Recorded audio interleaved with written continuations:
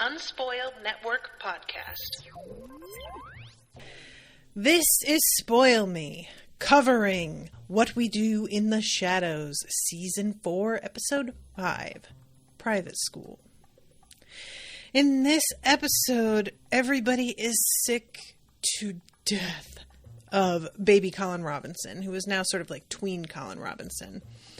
And they decide they're going to try and get him into school. One of the rare episodes where most of the plot has everybody involved. Welcome to Spoil Me.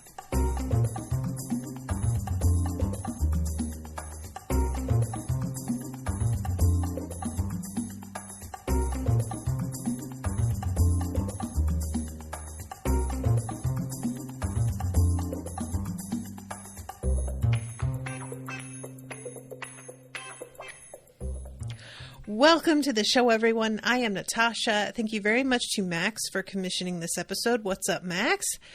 This episode, I was trying to figure out exactly what I thought felt different about it, and it wasn't until we eventually leave the house and we go and follow Guillermo around that I realized it was almost a bottle episode.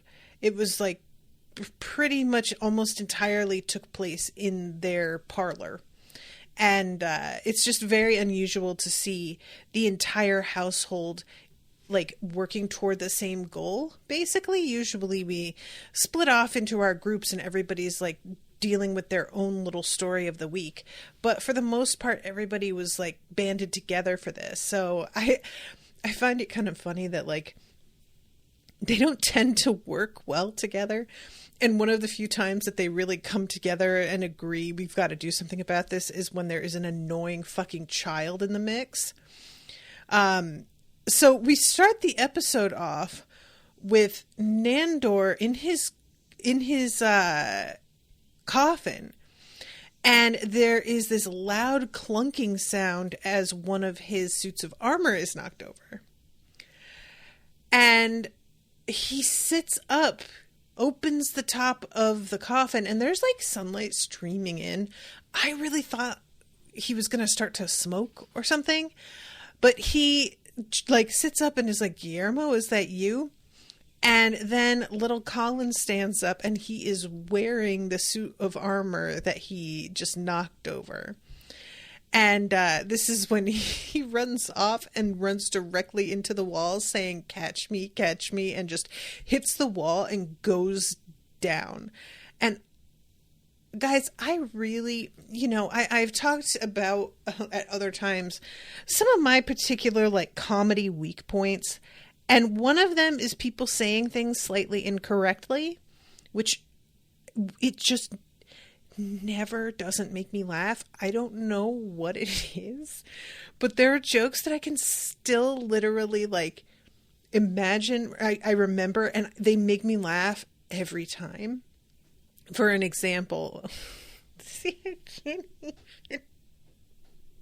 I'm sorry. In 30 Rock, she goes to some town in New Jersey and she wants Schweppes ginger ale. But instead, she goes and pulls a can out and reads off the front that it says Schweppes Ginny Pail. There's a lot of that kind of joke in 30 Rock now that I think about it, because there's also the Janis Joplin thing where they think maybe they're not going to get the rights. So they're going to have to name the movie Janet Jimplin or Janis Jorm Chomp. I'm sorry. You see what I'm saying now? I just can't not laugh. I don't know what it is, but that shit gets me laughing so fucking hard. Anyway. Asher says, I saw a picture of a hat that said Solvum Probler and thought of you. My fucking desk is shaking because I'm laughing. Oh, I love it. I love it. Thank you, Asher, for that. Solvent Probler. So anyway, that is a real favorite of mine. But another thing, and of course it depends entirely on who's doing it and how good at it they are, but a good pratfall. Oh man, I am a sucker for a good pratfall. Like, if you are good at them, the key to me to making me laugh is for it to be very sudden and really make it look like it hurt. Like, make it look like, oh God, like it was, if you do a lot of sort of, for example, Dick Van Dyke, I think he does a lot of flailing. That's less funny to me. That's less like pratfall and more of a windmill technique. I really like the like smack fall. That's what I find funny, is the suddenness. So when he turns with this fucking helmet on and hits the wall and just drops to the floor like he has been knocked unconscious instantly by the contact, I cackled. Like, that shit got to me so bad. So everybody is talking about this. Nandor is really pissed because he was trying to sleep. And in the background, we have like all of the vamps in front talking amongst each other about what's been going on. And they're discussing how, because this kid sleeps at night and not during the day, although sleeping at night is also very iffy, it's just been a nightmare for them to be able to get any sleep. And in the background, Guillermo is like sprinting after him. And of course, Guillermo is the only one that gets yelled at by Laszlo. Laszlo has endless patience for Colin. But he barely even like will look at Guillermo. And y'all, can I just say,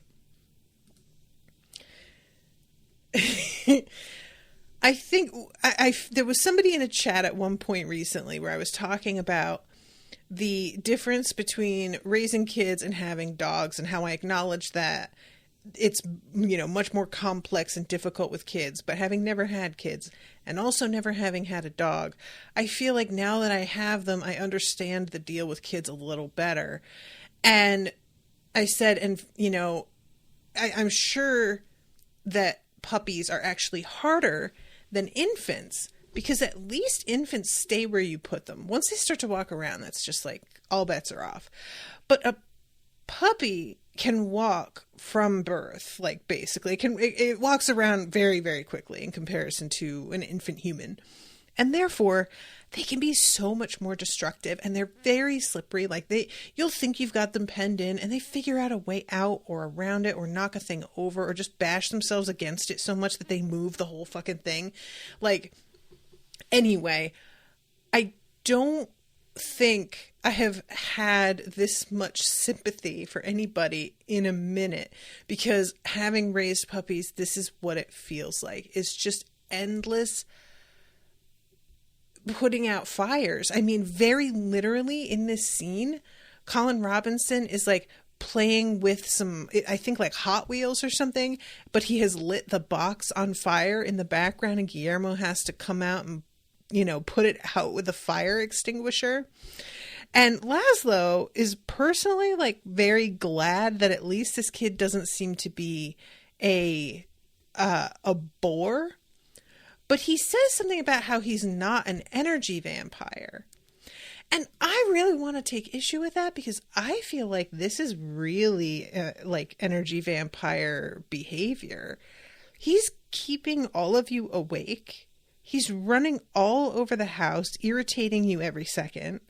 And, Guillermo is like sprinting after him, having to fix things and clean up behind him constantly. Like, to me, this is a way more effective, if anything, energy vampire than Colin Robinson, who he went out to work and fed off of people at work for the most part. He sometimes fed on the vamps, but it was like, sort of frowned on. And I feel like baby Colin Robinson has really broke the code a little bit and been like, oh, you know what? If I'm staying in the house, I guess I can just find ways to torment them. And what else is he going to do, honestly? So we see him with a hammer, and he's like bashing holes in the walls of the cement room that Colin used to sleep in. And the way that the camera is in that moment, it's like up high enough that I forgot the place is flooded. So then Guillermo jumps in there and starts to chase him, and all of a sudden they're like almost waist deep in water. And I was like, oh my God, I forgot about this. Like, the house otherwise has been repaired so much that I forgot what disorder everything was in at the start of the season. And there's a mention in this episode about getting the rest of the house fixed. And I was like, kind of had put it out of my head that was even necessary, because all of the like growth, there was, vines and stuff in the house, that's all been cleared away. So I'm looking at things like, oh, well, everything's fixed now, but no, they still have like holes in the floor. They still have flooding. It's just that there isn't active like plant life in the house. So we still have shit we've got to fix. And now that he's out here just punching holes in walls, we've got a lot more to fix. And Laszlo says these are the early explorations of a sculptor or an architect, and Nadja says, or a psychopath. And then Guillermo comes running in saying he's got a weapon. And all of them flee as Colin comes at the cameraman and apparently just like swings this sword, scimitar, whatever, onto the camera and breaks it. And there's this moment, you guys, it breaks and everything kind of goes fuzzy for a second, but it comes back into focus for just a moment, and you can see Colin's face like grinning at you, and it was very unsettling, and I did not care for that one little bit. I don't know why, but that really like that got to me. It's sort of odd because, like, I don't know if any of y'all are dealing with, I say dealing with this as if this is like a real life problem, but when other folks are watching this, do you forget that Colin is actually a kid in like mentally? Because since he looks so much like older Colin Robinson, there are times where I make the mistake of thinking that this is like Colin Robinson fucking with them on purpose. And then we see the way that he interacts with people. And at one point he goes up to some like childlike vampires, not realizing how old they are. And I'm like, oh, okay. No, he really is kind of what he looks like. I have just been assigning him advanced like mental capacity, or at least like maturity, due to the fucking superimposing of his face. Like, that's the only thing that's getting me thinking he isn't, that this is some sort of like massive prank. I don't know. But anyway, so Guillermo is like trying to convince Laszlo that we bring this kid to school. We put him in school to get him the fuck out of the house. Not only just to get him out of our hair, but also to get him involved with other kids and like make some actual friends, so that once he is, so that he basically just doesn't spend all of his time around here. Maybe he will have somebody else that he can go and fucking bother, you know? I always think about this, like, when you're a parent and you have a kid that has a lot of energy and is like really social, and you live somewhere where it's not easy to get them to play dates or anything like that, that must be really hard. Like, because so many parents I see tend to rely on their kids like participating in stuff outside of the house to get excess energy out of their system, or, you know, and if you don't have that, it must be really, really challenging. It's like me bringing the dogs to the dog park and just letting them fucking sprint for a little while, you know? Sometimes you just gotta tire them out. And Guillermo, not thinking things through, tries to say that I went to public school and look how great it worked out for me. I turned out so well, to which Laszlo and Nadja just burst out laughing and are like, well, he better not fucking turn out anything like you. And then Nandor walks in and suggests sending him to a performing arts school. And he walks in and he suggests this. I am so Do you guys, like, you know what Nandor looks like in this scene if you have seen this episode. I cannot tell you how long it took me to figure out what the fuck, because everybody's looking at him and asking, like, did you get a haircut or something? Everybody knows something is off, but nobody can really put their finger on what's going on. And I was looking at him thinking that he had, like, black contact lenses in or something, because his eyes just looked a lot more, trying to think of the word here. There was just like a lifelessness in the eye area that I was like, what's going on? And then I thought, well, did he get his eyebrows waxed? Is that all he did? Because his eyebrows are definitely a completely different shape, and they're much more defined and arched. And I'm looking at him like, what is going on here? And I thought we were going to find out that, like, his wife was wanting to, you know, that he was trying to convince her maybe to, like, get her eyebrows done. And so they did it together. I thought it was going to be eyebrow specific, and it was going to be like about waxing or something, you know. But what it turns out it is he is getting work done, basically, around his eyes, and he's using the gin to do it. And this is like, I'm just gonna like address this as an overall joke, like out of just in one shot here. Oh my god, Asher says it's exhausting, it's constant, Mom, watch this, or Mom, did you know that, insert rambling about how everything in Minecraft looks. I really do sympathize, Asher, because, like, the one thing with the puppies, physically, they need a lot of attention, but they don't talk at me. They expect pets and walks and that I can do. But I was around a kid 2 weeks ago, and she isn't even that young. I think she's like 12. And I found it so draining, and she's a good, smart sweetheart. And I was still just like, oh my God, how does anybody do this? Because despite being old enough that she's got her own personality and you know, is doing stuff, she's still 12 and is still like telling me stuff that I'm like, well, that's not right. And wanting to engage me on things that I have no frame of reference or interest in. And I have to pretend. Because you gotta encourage them and be kind, and, you know, and she is Owen's sort of niece, and she sees me as the cool aunt, which she has flat out said to me. And I don't want to be a bitch aunt. I want to be the cool, nice aunt. But wow, I couldn't believe how tired I was at the end of this like 3.5 hour visit.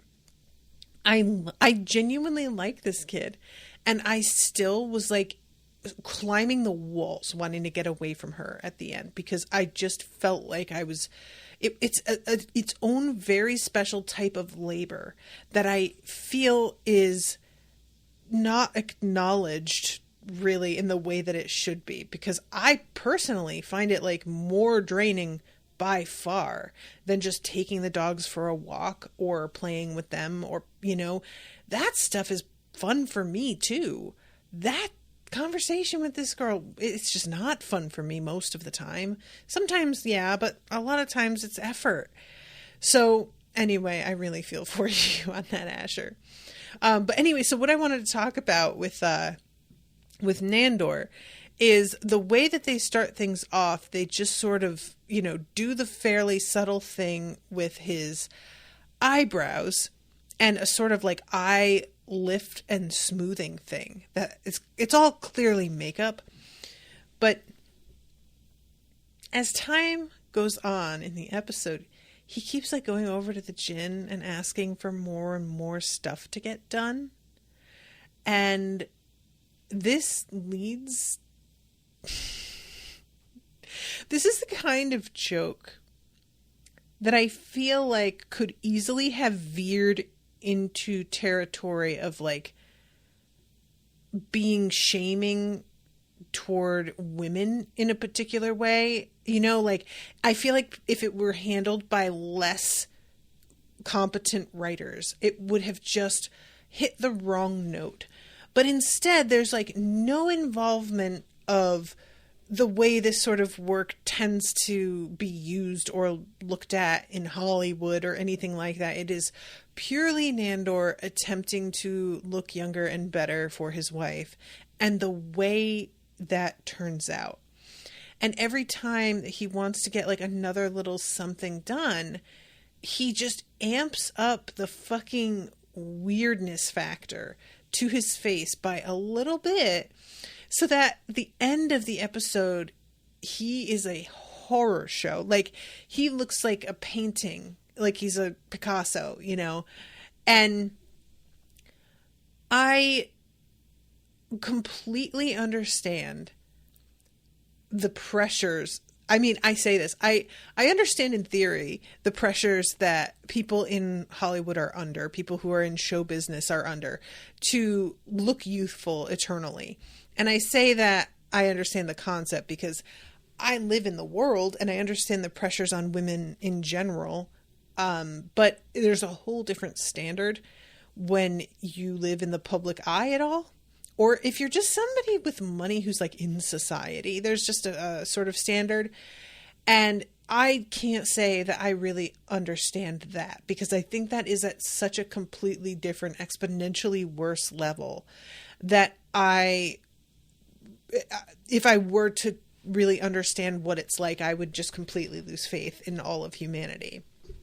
But there are some celebrities out there who get lauded as like aging gracefully, and what kills me is, and a lot of people like understand this, but it still happens, these people aren't aging gracefully. They got good surgeons. That's what they did.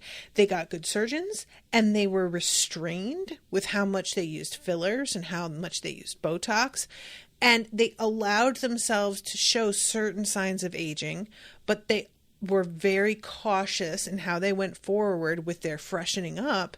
And a lot of them stayed thin. And that's like a big factor. When people talk about aging gracefully, they didn't get fat. That's like, nobody likes to talk about that part, but it is huge. And the people who don't, quote, age gracefully go a little bit too far in a couple of key areas. The one that I find the most noticeable in a way that's like, I didn't understand what I was seeing until later, and then I figured out, oh, that's what was going on, is the under eye filler. Because as you get older, you start to lose, like, the fatty layer in your skin starts to thin out, and that's what causes like sagging, and for there to be like less dewiness and plumpness to the skin. And so there's this like hollow that can show up under your eyes, and it's a very common thing to get like Juvederm or something put under your eyes to sort of lighten up the dark hollows that can happen there. But what a lot of people do is they go a little bit too far, and you end up with that like half moon eye where there's too much filler underneath, and it leaves you looking like Renee Zellweger a little bit, where you're like kind of squinty. And he gets that eventually in this episode, and I was so gratified to see that particular look show up, because when people make fun of plastic surgery and stuff in this way, they often will do like the duck lips thing, or they'll do an extreme facelift, like pulled back way too tight. But I have always been extra bothered by the under eye thing. My mother actually got it done, and she came to visit me, and I was like, what the fuck? Because I didn't know she'd gotten it done, and I was like, why does she look so weird? And then I found out, and I realized like, oh, that's what I've seen in several different celebrities that I've been kind of wondering what the hell was going on with their face. And the other one, like duck lips, is definitely one that it's... when I was like getting ready to get married, I got a couple of like minor procedures done. And the only one that I really saw any substantial difference was getting my eyebrows microplaned. but I did get a little bit of filler in my lips, barely could tell. I did enough different things that I could understand how you do one small thing and it leads to you wanting to try another thing. If you find some success with the first thing, then you start to wonder, well, how much better could I look if I did this too? So I do not want to act like I'm judging anybody for getting these procedures in the first place, because if I had the money, you do not know how many procedures I would probably be getting. Like, I would just totally, it's not about my feeling puritanical about how you should just let yourself age naturally. Fuck natural. Like, why would I do that when I could not do that? So don't misunderstand. This is like me pillorying people who get cosmetic stuff. Not at all. But there are times where I really don't understand why a person would like push it even further when it, to me, was already on the verge of looking like too much. And lips are a really big one, pun intended. But like, it's an easy procedure. It's fairly inexpensive. You get a little bit of it done. You're like, wow, that looks better. And I could see how you just keep going back and being like, make them a little bit bigger this time. But really, there does come a point where it's like, girl, what are you doing? And you see some, and it's especially women who get this particular thing done, but men do too. And I'm just like, do you even feel anything on your lips anymore? Like, what are you doing to your, like, they cast such a shadow now over the bottom half of your face. What is this? And then like the eyebrow thing here, not only are his eyebrows like more defined, but they get yanked further and further up his forehead as the episode goes on as well. So he gets this more and more sort of surprised, open-eyed look. And that is something that, like, as somebody with a facial twitch who also has hooded eyes, I have often sort of fantasized about being able to just pull my eyebrows up so that my eyes look a little bit more open, and so my twitch doesn't close them as much as it tends to. But again, there's a limit where you want to stop before you look like Ursula the Sea Witch. Anyway, all this to say, this ongoing joke of him doing this, I found genuinely really funny. And there's a point where they're asking why doesn't he just use some of his wishes to like fix the house up. And he talks about how he has very limited wishes that he can use. And also that the genie said it was like against the rules, which is absolute horseshit.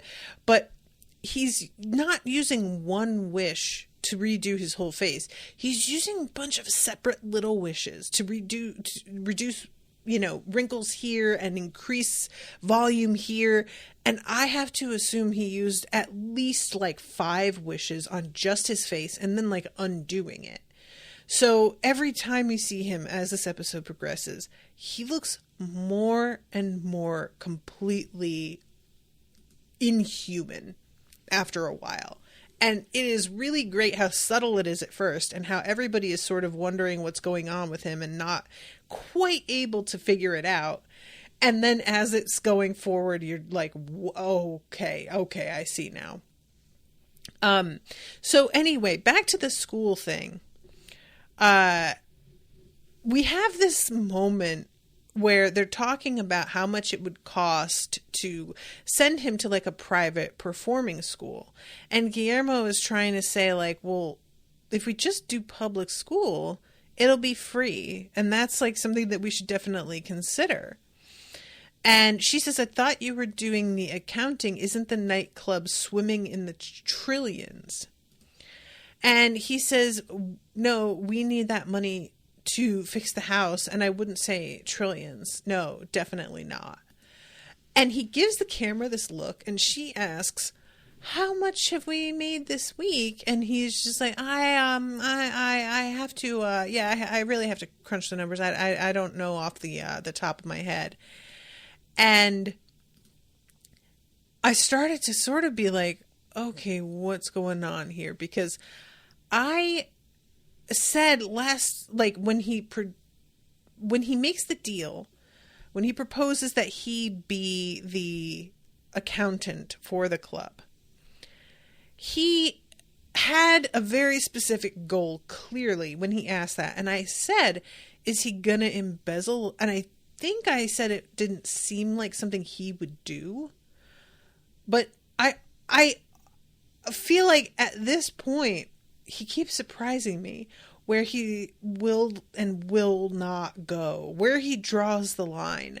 I feel like I don't know Guillermo as well anymore as I did. And there's a point that he's reached with the relationships that he has with Nandor and the other vamps that, like, I feel like where we've headed with Guillermo, instead of him just demanding to be treated well or better, he has sort of resigned himself to, like, that's never going to happen, so I need to get some of my own back in a different way. And so in his head has decided that, like, embezzling is justified, which I'm going to say right here, right now. He's right. It is justified. I am not mad at him for this at all. Not even one little bit. I think it's not smart. Because if they find out, it's going to be not great for him. But considering how long he has worked for them as essentially a slave and not been provided with, like, basic food or anything, I believe this is reparations for that. He deserved to be paid this whole time to get something out of it. He has finally figured out a way to do that without having to rely on their permission, which they would, like, even if they agreed to pay him anything, which they never would, they would hold that over his head all the time and threaten to take it away at the drop of a hat just because. And they wouldn't see anything wrong with that.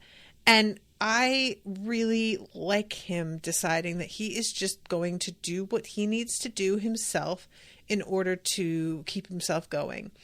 At this point, anytime that I see someone who's essentially an underlog, an underlog, that sounds really filthy.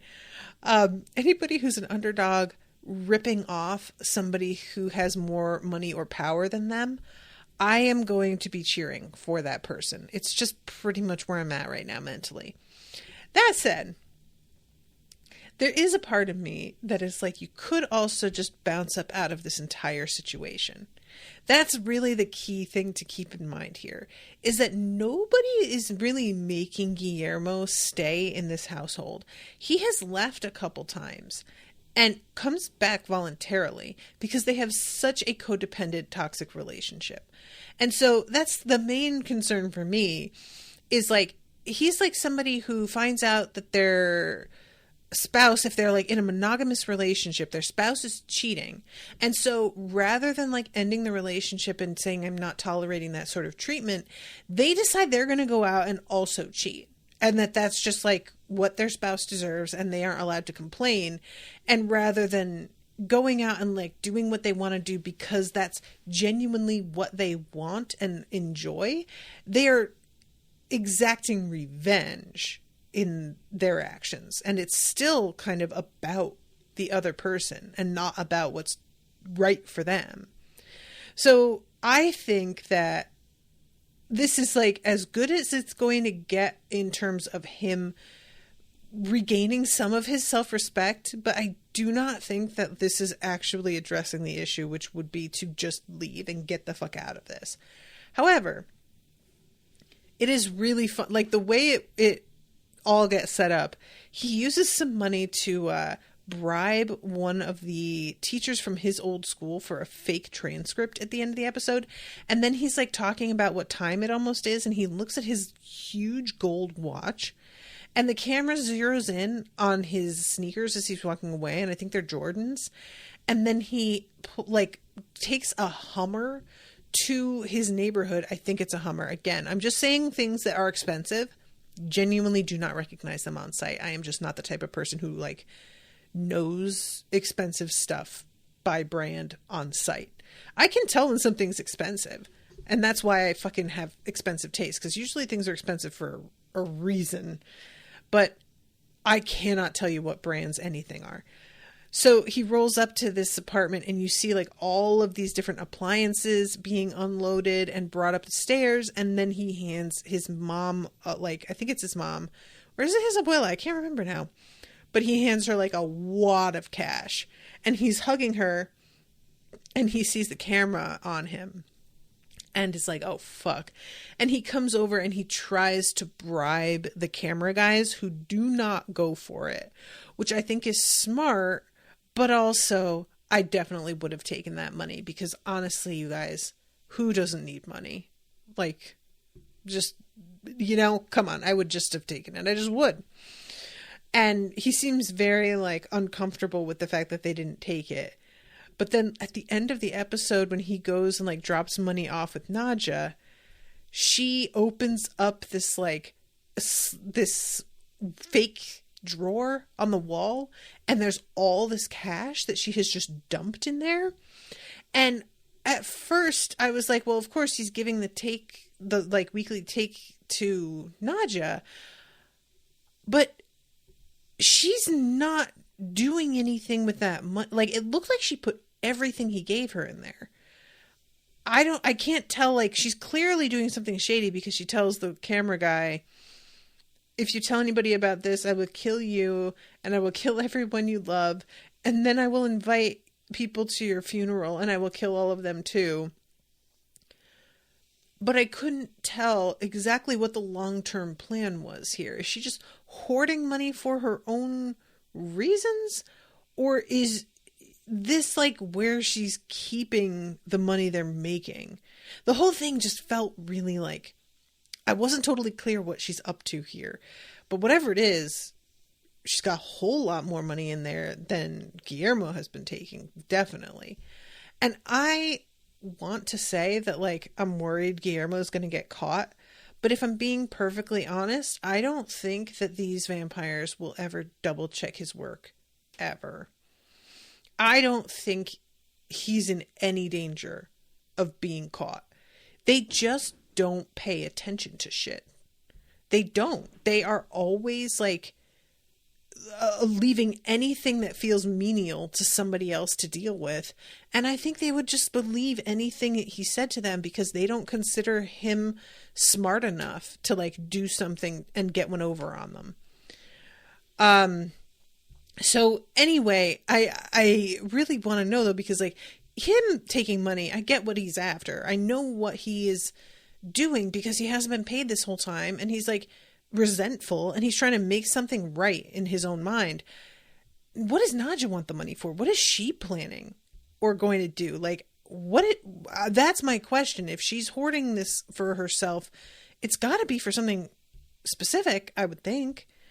Anyway, okay. Now that I've only got like 15 minutes left here, let me talk about the actual main part of the episode.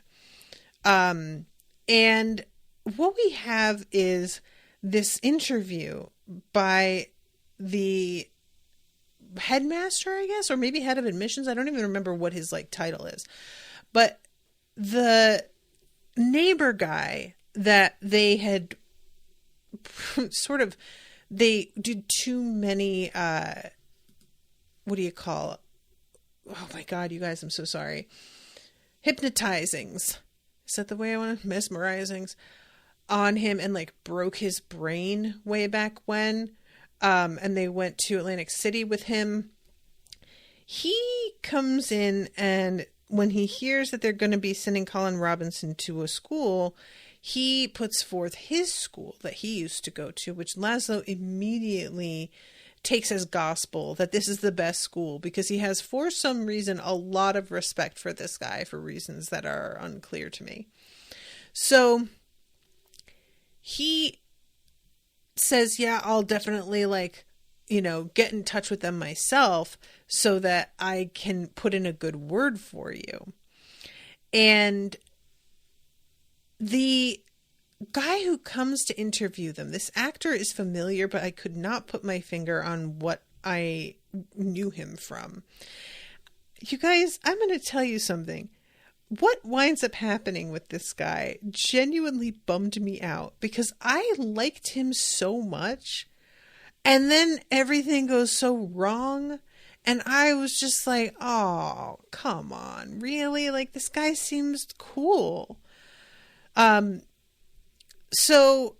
let's see. His name is Warren, I think. And he has a look. He really reminds me of my dad. Like when my dad was younger, he looks like him so much. But he comes in, he's got a very warm energy, and he says, I am just like unclear on who the parents are. And that's the very first question that throws them all off. They haven't planned ahead in any sense. So Nadja says, when I click my fingers, you will enter a trance-like state where you will hear nothing or see nothing. I will then click my fingers once more and you will regain consciousness, remembering nothing of this pause. And she does this both to Warren and their neighbor, whose name I am not remembering. Forgive me, everybody. And the rest of this episode is a series of these pauses as they keep running up against very basic questions that they have not come to a conclude, like that as a group they have not agreed on what their story is. So at first they're just going to say that Nadja and Laszlo are the parents, but he's already said he's the uncle. And then Nandor says that he'll act like he's the father. And so it all starts off a little slowly with them, attempting a different version of the situation. But as this episode continues, every single time that they try something new, it lasts a little bit less time before they have to stop and change their entire tact. So she's saying, like, I love this when she's describing Colin, and I carried him to full term, and Nandor is saying, yes, and my name is Matthew. And he just keeps saying that. They are not thinking through the fact that their neighbor, who is sitting right here, knows that Nadja and Nandor are not together, and also that Nandor's name is not Matthew. So he's looking at this whole thing and just kind of like, okay, wait, I don't really get what's going on. And at one point he like interrupts and is just like, look, I'm glad that y'all have this worked out. I mean, I guess I thought I knew that you two were married, but whatever. Also, they don't even like have an idea of what to say about how old Colin is. And what I really like about this is this felt really, really believable to me. Not in that they didn't think it through, because granted, they just don't think anything through. But these vampires have been alive for fucking how long at this point? And I, a regular ass human woman of 39 years, 38, 39? What fucking, oh my Christ, it's 38. Jesus. See, I can't even tell you how old I am, and I'm out here about to talk about how bad I am at telling how old kids are. So you guys get the fucking drift. I am so bad at telling kids' ages, and it makes complete and utter sense to me that vampires who've been alive literal hundreds of years are going to look at a human child and vary wildly how old they think this kid is. That makes such sense to me. Like that, I just really see that happening. So they have to stop and, come up with an age that they're going to, cement. I think they go with 11. And then talking about like, who's going to stay in the room and who's involved in this conversation, because I think that we're all family. And, This is what leads their neighbor to just being like, right, I guess, what do you call that? And Guillermo says polyamorous, and he says, I was going to say dirty hippie, but like I said, no judgment. And Warren, for his part, is like, I just want you to know that we have dealt with much more unconventional situations. I'm thinking this is perfect. Great. That's a really positive sign.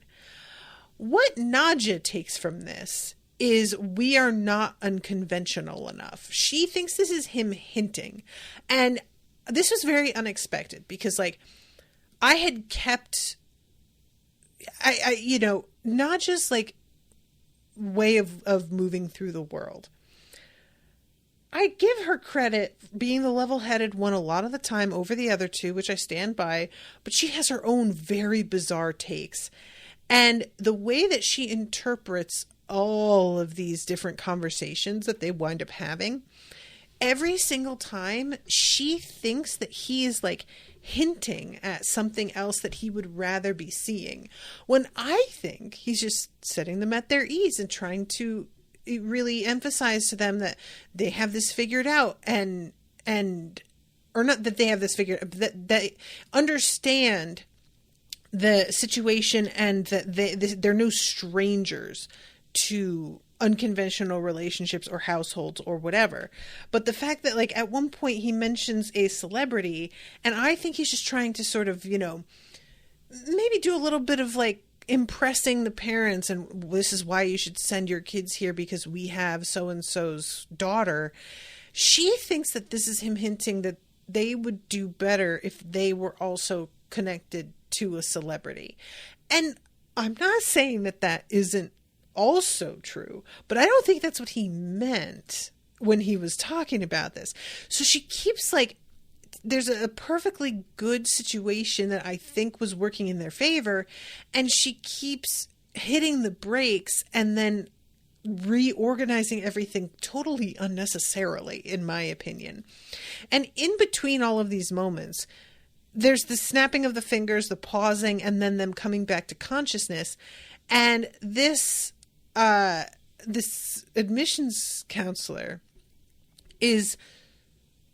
he's so good at seeming like he's just trying his best to have a regular conversation and not fully understanding what's going on here, that I felt so much sympathy for him. Like, he doesn't seem judgmental. He seems a couple of times like he really doesn't know what to think about what's going on, but he doesn't seem like he's going, yeah, these fucking weirdos, He's more just attempting to, you can almost hear him lecturing himself inside his head going, all right, keep an open mind. I mean, that is weird, but everybody's different. Like, I just get a good vibe off of this guy that he really tries to make room for people. And instead it's just working against him, and they put him into hypnosis so many times that by the end of the episode, they mention how he had a massive stroke. And I felt so bad. I really did. And look, I fully acknowledge that maybe I have a soft spot for this guy because he does look like my dad. That may just be it. It may be that simple. But I don't know. I thought he had a good energy as well. I didn't think it was just about appearances. But of course, between then and here, we've got the, movement all over the place with each of the family members pretending that they are married to a different one. So Nandor jumps in, and him and Laszlo pretend that it's them and that they have been raising this kid as a couple, and that Nadja and Guillermo are like the help, so to speak, in the background. There is a moment, though, with the two of them that I really love. In the background, Nadja and Guillermo are making faces because the two of them, Nandor and Laszlo, keep, like, emphasizing their sexual relationship, and both Guillermo and Nadja are not loving this. So they're making faces, and their neighbor jumps in. You got a problem with these guys being gay? I will ream you. And Guillermo, no, I don't have a problem. You better not, because I don't mess with homophobes. It's the 20th century now. Can I just say how delightful that is? He is so aggro. He is ready to throw down, and he does not care. This is the energy I want to be bringing to all interactions. So this is when Guillermo says, like, can you just hold hands and act normal and stop, like, talking about sex? Like, that's not necessary here. And he asks, Warren says, can you tell me a little bit about Colin? And they both completely freeze up. And this is when Guillermo is the one to chime in and say all of these things about what his personality is like, what he's interested in. And, his favorite number is 31. His favorite color is brown. And he loves both classical stage and musical performances. He's a gifted singer and performer. And this is when Warren is like, wow, you're not a parent, but you seem to know a whole lot about him. And then Nadja has to step in and saying, you're making us all look like shit. What are you doing showing off? So then we have to turn it into, it's Nadja and Guillermo together. But then we have Guillermo like raising him by himself as well and being like a single parent. It's all over the place. I haven't mentioned, by the way, Nadja is wearing this like pink suit in this episode because they're all trying to dress as human as they can.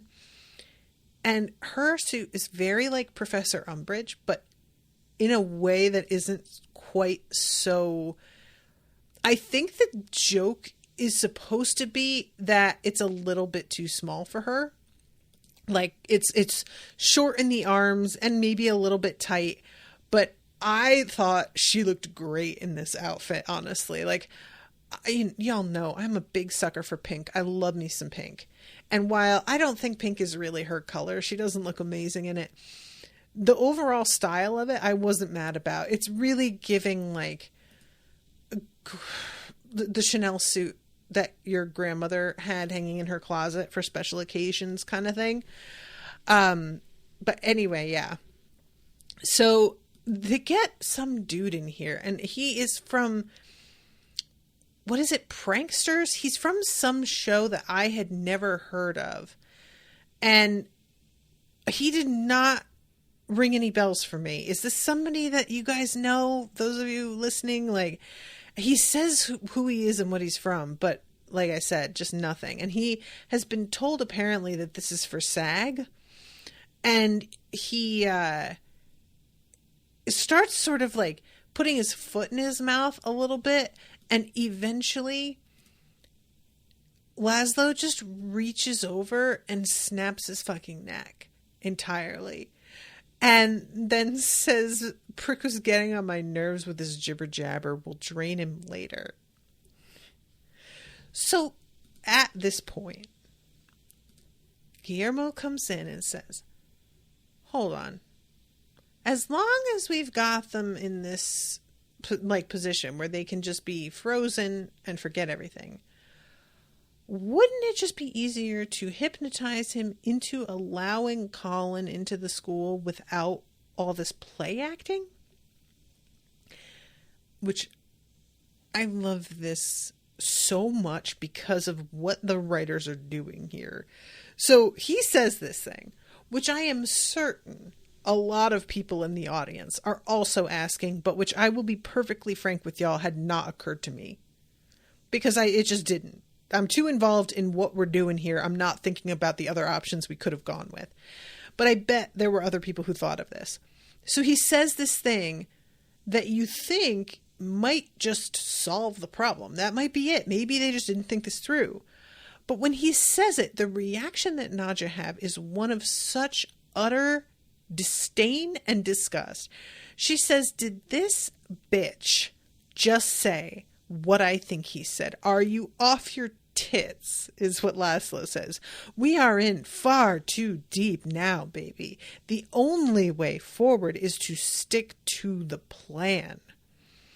And I don't know what she even means. Like, I don't know if she's trying to erase absolutely everything that has happened from their memories would be a lot harder because we've been doing this for so long, or like just the fact that we have gotten this far, it will be easier for their brains to handle if we keep it going. Like, I don't know even what she means, but I am willing to accept that it's not an option, not only based on her reaction, but the other vamps in the room as well just behave as if this is just a completely idiotic suggestion. So this is when we get the sort of montage of everybody each taking their places. We have Nadja and the neighbor, and they are over here pretending to be married. Then at one point we have Guillermo and the doll, the Nadja doll, pretending, and the headmaster is just like going with it. And it's their neighbor who is just like, what the actual fuck is that? Is that a talking doll? And they have to bring that to an end as well. You guys, I'm going through this as I'm talking about it. And I totally missed this. Oh my God. Nadja pretends to be the headmaster at one point, and the headmaster thinks that he is in a relationship with Laszlo and that Laszlo is their kid. Oh my God. I totally missed that. That is amazing. How did I oh my God. We go back to Laszlo and Nandor, which that's when Nadja jumps in and it's like, wait, haven't we done this one already? I'm trying to not miss any of these because some of them are really, really funny. I forgot that he says like his name is Adolfo. He keeps going with different names because he can't help himself. There we go. Nadja and Guillermo and Nandor. That was Nadja and I think the stuffed bear. Then we've got the neighbor and Laszlo and Nadja and a skunk and then the corpse of the guy. And oh my God, y'all, this is so much. The whole way that they keep having Nandor's eyebrows crawling further and further up his head throughout every snap of the fingers, he looks more completely out of his mind. Asher says, I think it's Nadja getting caught by the sunk cost fallacy. Oh, I like that. So it's not even about the magic. It's just truly like, we're fucking here now, bud. So this is the point where they both start complaining about migraines. And I was wondering what was going to happen with their neighbor friend because he already like had brain damage basically from what they did to him. And I was thinking, are they just going to completely send him over the edge? But it doesn't seem like that happened. But at the end, he is the headmaster, it turns out. Warren is like, do you have his transcripts? And none of them even know what the fuck he's talking about and start to say he's never even been to school. Guillermo chimes in saying that he will definitely get the transcripts. It will be no problem. But as we find out, he does the whole thing with like, he pays off the teacher. He does not get accepted to that school despite everything that they went through because the dude had a stroke. And yeah, they have Colin instead playing some sports. And this is what is tiring him out. You guys, I cannot emphasize enough how much it bummed me out what happened to this guy. When they say that he had a stroke, it cuts to him with his hands to his head, looking like not only in pain, but really scared. And that was the part that really got to me. It like was upsetting. That actor was too good at behaving as if something had happened to him. It went from comedically, what's the word I want? Like comedically tragic into like genuinely disturbing territory. And that was when it was like, oh, this isn't funny for me anymore. I don't like this. So we decided to enroll baby Colin in every community sports league we could think of. Volleyballs, softballs, large balls, baseballs, sports balls, human stuff.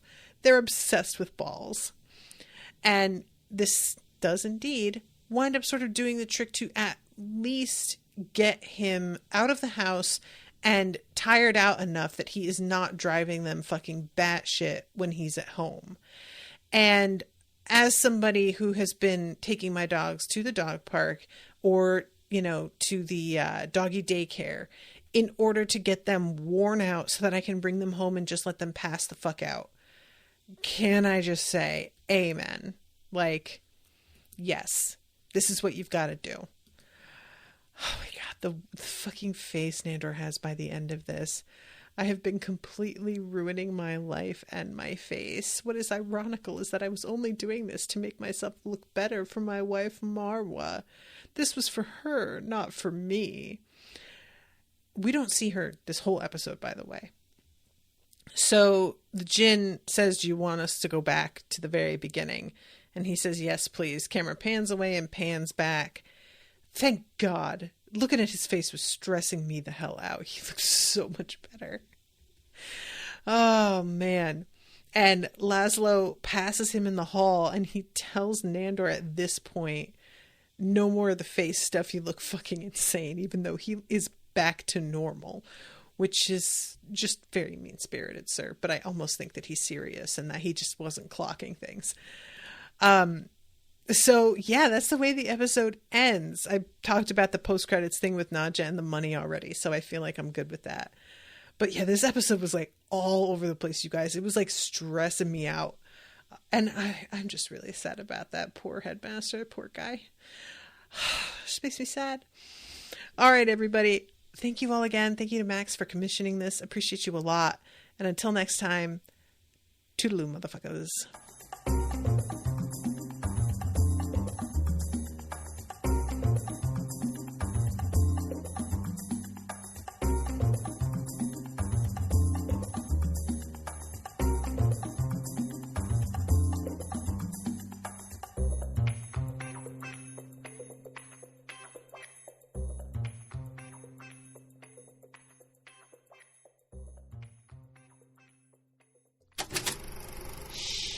That was an Unspoiled Network podcast.